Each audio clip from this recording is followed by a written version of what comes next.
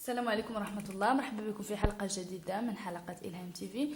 اليوم إن شاء الله غادي نوريكم واحد الوصفة للوجه اللي كتصفي الوجه، كتخليه نقي وزوين ورطب.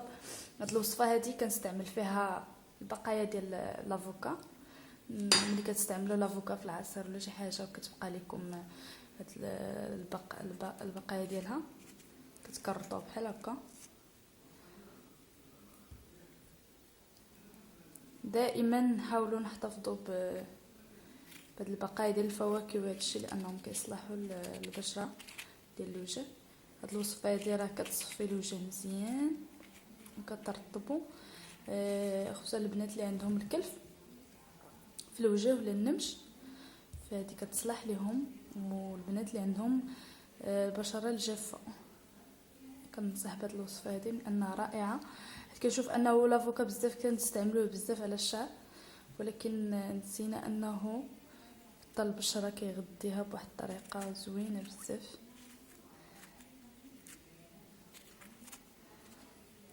بعد ما خديت انا هاد البقاء ديال لافوكا كما كتشوفوا كناخد عندي هنايا زيت ارغان.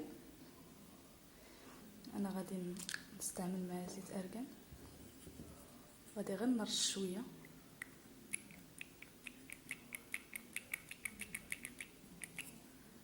رشيت الزيت.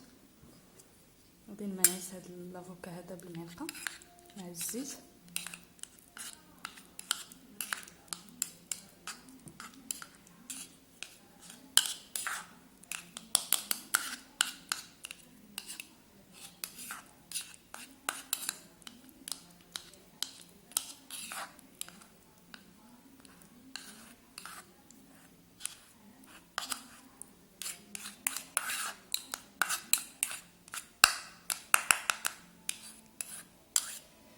بعد ما كيولي عندي بحال هكا من جانيس، انا كناخذ هذا الخليط ديالي نوريكم. غادي نستعمل لكم على يدي